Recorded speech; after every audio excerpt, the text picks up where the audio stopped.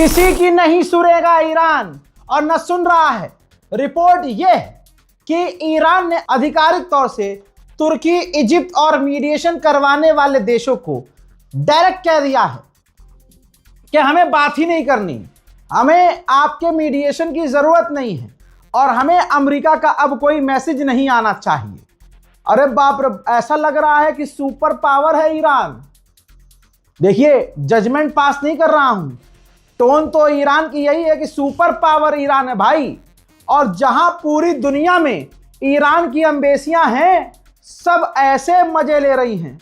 जिनको लगता था यार रजा भाई तुम इतने सीरियस मैटर में मजाक करते हो, सीरियस खबर सुना के चला जाया करो।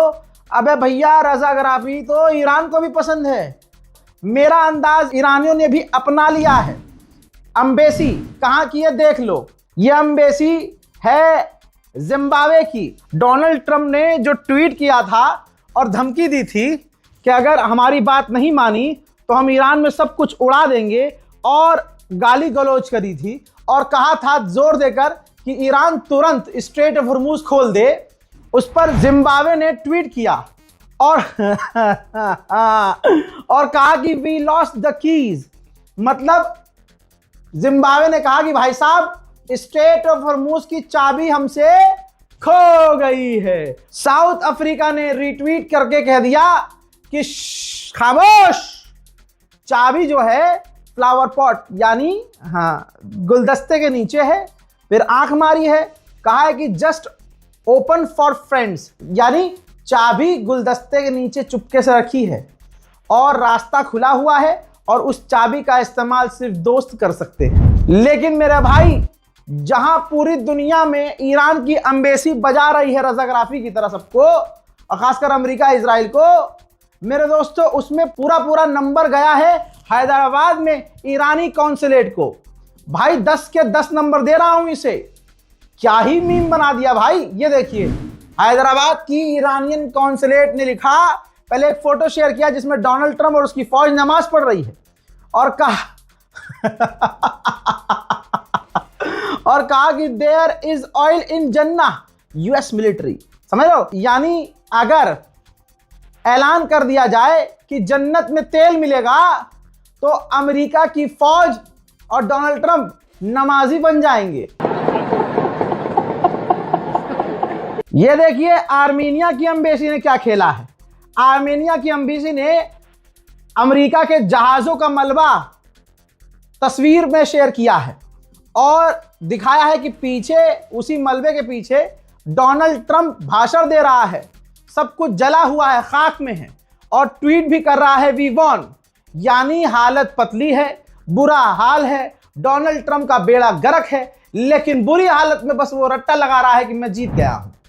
इसी तरह से जैतूना बे की एम्बेसी ने ये एक जीआईएफ शेयर किया है कि revolutionary guard on missile platform after Trump's threat, यानी डोनाल्ड ट्रंप की धमकी के बाद आईआरजीसी अपने मिसाइल बेस में मिसाइल सेट कर रही है। सारी दुनिया को पता है कि डोनाल्ड ट्रंप गलत जगह फंस गया है। तेहरान टाइम्स ने एक फोटो जारी किया है जिसमें ईरान का पूरा मैप डोनाल्ड ट्रंप के लिए खाई बना हुआ है, यानी डोनाल्ड ट्रंप ईरान नाम की एक खाई में गिरता ही जा रहा है और ऊपर लिखा है वेलकम टू ईरान। हालत पतली है। अब दोनों बुड्ढे आपस में खेल रहे हैं। मुबारकबाद मुबारकबाद। पहले सुनिए, याद रखिए मैंने क्या कहा था। डोनाल्ड ट्रंप ने कहा कि इजराइल ने हमारी मदद नहीं की थी, बहुत जरा सी मदद की थी, जो हमने ऑपरेशन किया ईरान के अंदर घुसकर, जो कि सबसे बड़ा ऑपरेशन था। उसके बाद ये देखिए, इजराइल के प्रधानमंत्री नेतन्याहू ने खुद ट्वीट करके लिखा और बताया कि मैंने मुबारकबाद पेश की है, यानी एक दूसरे को अब ये तारीफें करेंगे, एक दूसरे को कहेंगे भैया तुम हीरो हो, वो कहेगा तुम हीरो हो, बस यही चलेगा। अब हालत ऐसी हो गई है कि जो इजराइल कभी पलट कर धमकी नहीं देता था, वो सीधा वार करता था। हालत ऐसी हो गई है कि इजराइल के डिफेंस मिनिस्टर ने वीडियो बनाई है और उसमें कहा है कि हमने ईरान के पेट्रोकेमिकल प्लांट पर हमला किया है, जिस प्लांट से वो हर साल $18 बिलियन कमाता था और उस पैसे से IRGC को सपोर्ट किया जाता था। हमने ईरान की मिसाइल और ड्रोन फैसिलिटी को तबाह किया है। अगर हम पर ईरान ने और हमले किए तो हम उनकी तमाम फैसिलिटीज को तबाह कर देंगे। यानी अब इजराइल की हालत ऐसी हो गई है, क्योंकि रोज मिसाइल गिर रही हैं, हाइफा से लेकर तेल अवीव, तेल अवीव से लेकर जेरूशलम, जेरूशलम से लेकर आसपास के तमाम शहर। ईरान की मिसाइलों से कोई इजराइल का शहर बचा नहीं है। तो अब हालत ये हो गई है कि बेचारे धमकी देने पर आ गए हैं। उधर चाइना ने कहा है कि हम रशिया के साथ मिलकर कोऑपरेट करने को तैयार हैं ताकि मिडिल ईस्ट में शांति आए। उधर आपने अभी क्या देखा कि इजराइल के डिफेंस मिनिस्टर ने धमकी दी, हम ये कर देंगे, हम वो कर देंगे, हम ऐसा कर देंगे, हम वैसा कर देंगे। अभी ये धमकी ही दे रहा था, ये अभी गांव-चट्टा धमकी ही दे रहा था। ईरान ने कहा ले बेटा गो गो, ले बेटा फादरलैंड, दनादन दनादन दनादन दनादन दनादन दनादन इजराइल पर मिसाइल। देखिए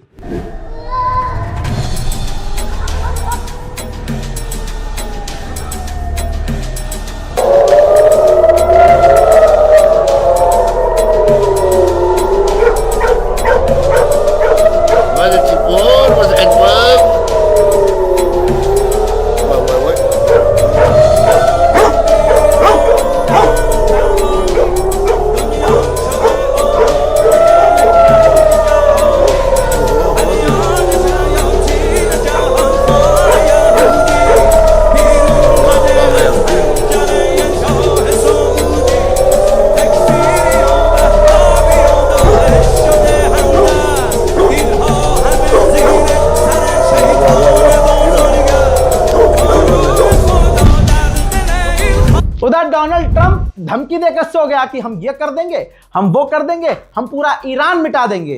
ईरान ने कहा अच्छा ले बेटा मियाओ गोप गोप गोप, इराक में अमेरिका के बेस को घूम घूम घूम।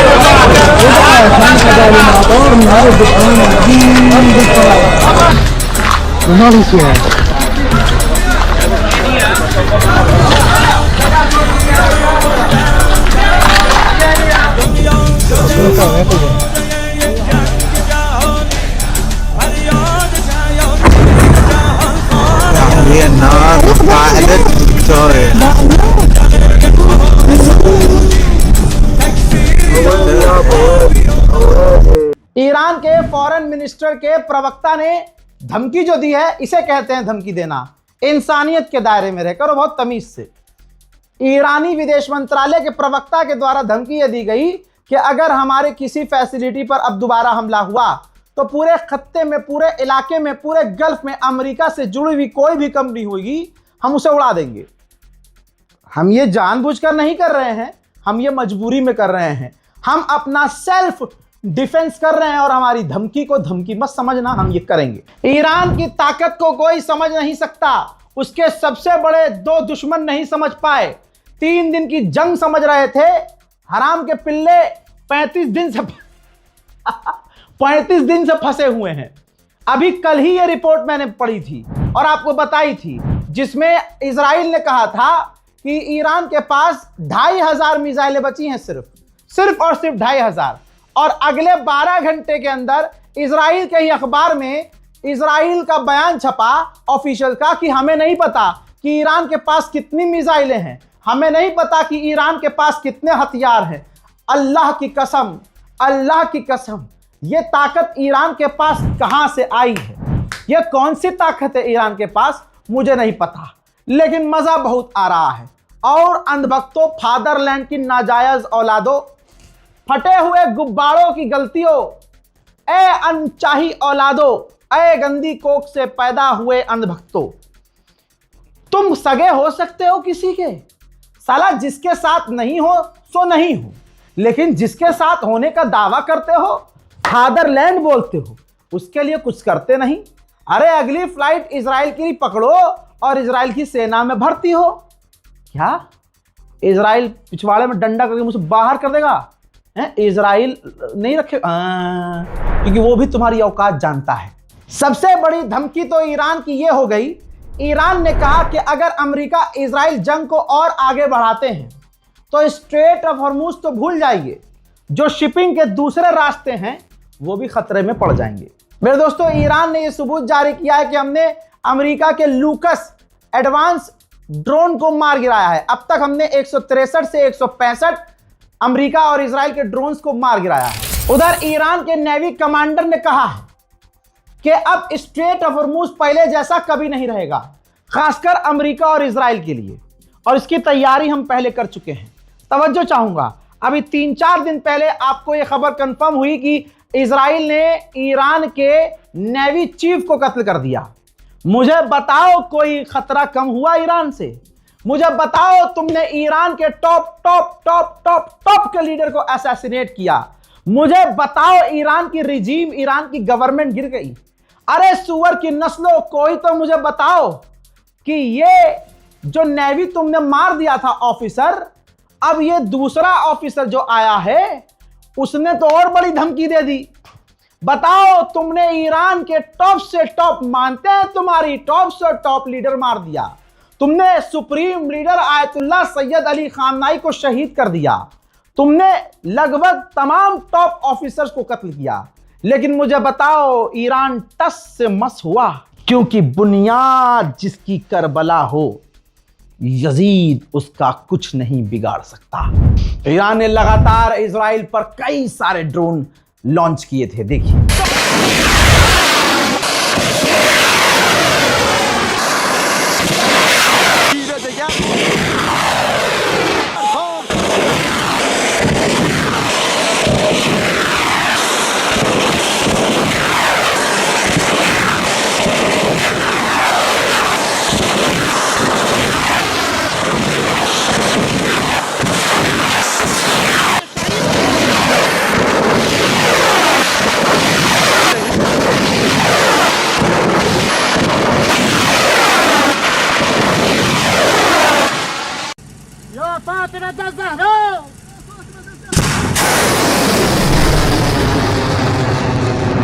उधर ईरान की आवाम ईरान की सरकार से ज्यादा मजबूत हो गई है। ईरान की जनता साफ कह रही है, 35 दिन से सड़कों पर है ईरान की आवाम और अपनी सरकार का साथ दे रही है। साफ कह रही है कि हमें बदला चाहिए, कोई बातचीत नहीं।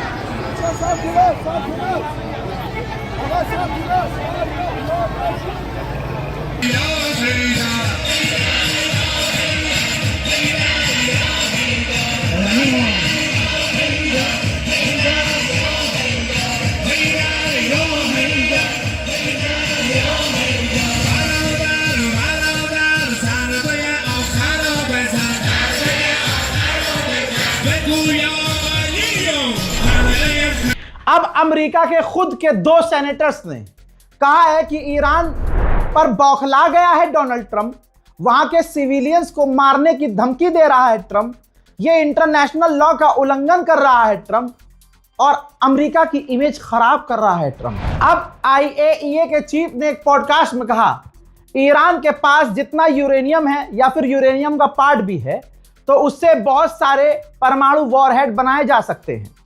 ईरान में बहुत सारा यूरेनियम है, सबसे ज्यादा इस्फहान में है और दूसरे जगहों पर भी है, और नई जगह जो उसने अपनी परमाणु फैसिलिटीज बनाई हैं उसकी तो जानकारियां ही हमारे पास नहीं है। उधर जॉर्डन ने कहा है कि हमने ईरान की बहुत सारी मिसाइलों और ड्रोन्स को रोका है। अब तक सबसे ज्यादा शिप्स को, सबसे ज्यादा समुद्री जहाज को इन 35 दिनों में ईरान ने पहली बार निकलने दिया है। सबसे ज्यादा 15 जहाज पिछले 12 घंटे में स्ट्रेट ऑफ हॉर्मुज से निकल चुके हैं। और हाँ, बिना बातचीत किए नहीं, कभी हल्के में अरे मोदी जी ने कर दिया काम, अरे मोदी जी ने, अरे रुक जा गोबर चट्टे। ईरान से तमाम जहाजों ने बात की। उन देशों के विदेश मंत्री और देशों के प्रधानमंत्री, राष्ट्रपतियों ने फोन पर बात की, परमिशन मांगी। कुछ जहाजों ने चाइनीज करेंसी में पैसा दिया, कुछ को ईरान ने खुद से जाने दिया। मेरे दोस्तों, ईरान में ये मौजज़ा ही तो हो रहा है। मैं एक मौजज़ा बता रहा हूं। अमेरिका का ये सबसे खतरनाक ऑपरेशन था कि ईरान की सरजमीन पर उतरना है, तो अपने 4 से 5 और 6 जहाज, जिसमें 4 हेलीकॉप्टर और 2 जहाज और 2-3 ड्रोन शामिल थे, पहले खेप में ये गए। अब धुक धुक हो रही थी अमेरिकी फौजियों को। उधर से जो मैसेज आ रहा था, इनको लग रहा था कि ईरान का ये जाल है, कि ईरान हमें बुलाएगा कि हाँ हम ही आपके पायलट हैं, या कोई मैसेज देगा और हम वहां पहुंचेंगे तो ईरान हमें मार देगा। तो इनकी आंतें इनके मुंह में आई हुई थी। हालांकि बोलना मैं कुछ और चाह रहा था कि इनके मुंह में क्या आया हुआ था, लेकिन फिर भी महिलाएं देख रही हैं, तो इनकी आंतें डर के मारे इनके मुंह में थी। यहां तक कि जब ये ईरान के आसमान में थे तो इन्होंने कई बार कंफर्म किया अपने पायलट से, जो पहाड़ों में छुपा हुआ था, कि देखो हम तुम्हारे पास तभी आएंगे जब तुम सबूत दोगे कि तुम ही हो। इसके बाद वो तमाम जहाज लैंड करवाए गए, खासकर वो 4 जहाज, हेलीकॉप्टर और 2 जहाज लैंड करवाए गए। अब जो वो लैंड हुए तो ईरान की सरजमीन पता नहीं कैसी है, वो जहाज फंस गए। कैसे फंसे? गड्ढे में नहीं, सारे के सारे जहाजों में मैकेनिकल फेल्यूर हो गया, यानी जहाज में तकनीकी खराबी आ गई। 1 नहीं, 2 नहीं, 3 नहीं, 4 नहीं, कई सारे जहाज जो उतरे सब में टेक्निकल प्रॉब्लम आ गई। अब आप कहेंगे रजा भाई आप तो इसमें मौजज़ा घुसा रहे हो। नहीं मेरी जान, मेरे बब्बू, ये देखो ये वाली रिपोर्ट है। इस रिपोर्ट में लिखा हुआ है कि टेक्निकल मैकेनिकल एरर आ गया जहाजों में, जिसके बाद तुरंत जहाज दूसरे मंगाए गए। दूसरे जहाज आए, सबको उस जहाज में शिफ्ट किया गया, उन जहाजों को ब्लास्ट करके उड़ाया गया, फाड़ दिया गया और फिर इनको वहां से भागना पड़ा। तो आज भी ये किसी के पास जवाब नहीं होगा कि उन जहाजों में टेक्निकल मैकेनिकल प्रॉब्लम ईरान की जमीन पर उतरते ही कैसे आई। लीजिए, क्रूड ऑयल $115 पर बैरल हो गया है। ईरान कुछ छुपाता थोड़ी है। ये देखिए, ईरान ने तस्वीर भी जारी कर दी कि बासिज फौज के 8 हमारे जवान इजराइल और अमेरिका के हमले में तेहरान में मारे गए हैं। ईरान में तेहरान में शारिफ यूनिवर्सिटी नाम की एक संस्था है, कॉलेज है, यूनिवर्सिटी है। अमेरिका इजराइल ने उसे भी निशाना बनाया है। इसी तरह से अमेरिका इजराइल ने रेसिडेंटल इलाके कुम पर हमला किया, जिसमें 5 ईरानी आम लोगों की मौत हो गई। पूरी रात ईरान पर ताबड़तोड़ और बड़े हमले किए गए। देखिए,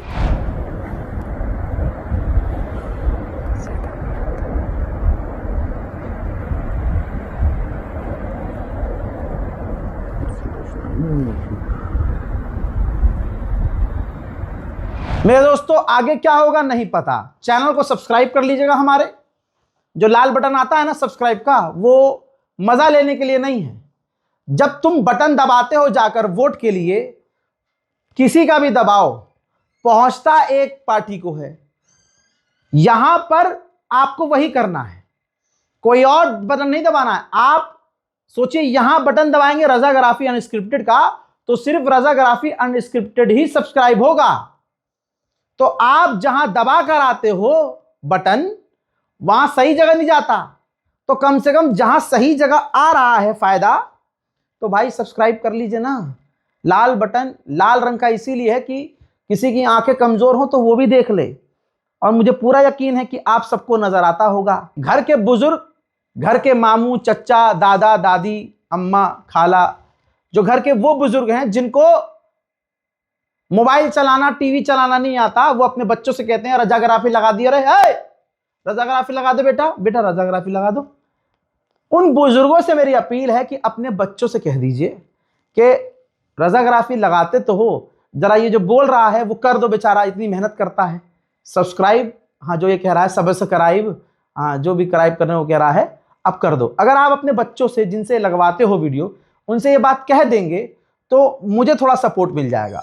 फिलहाल के इस रिपोर्ट में इतना ही, वस्सलाम।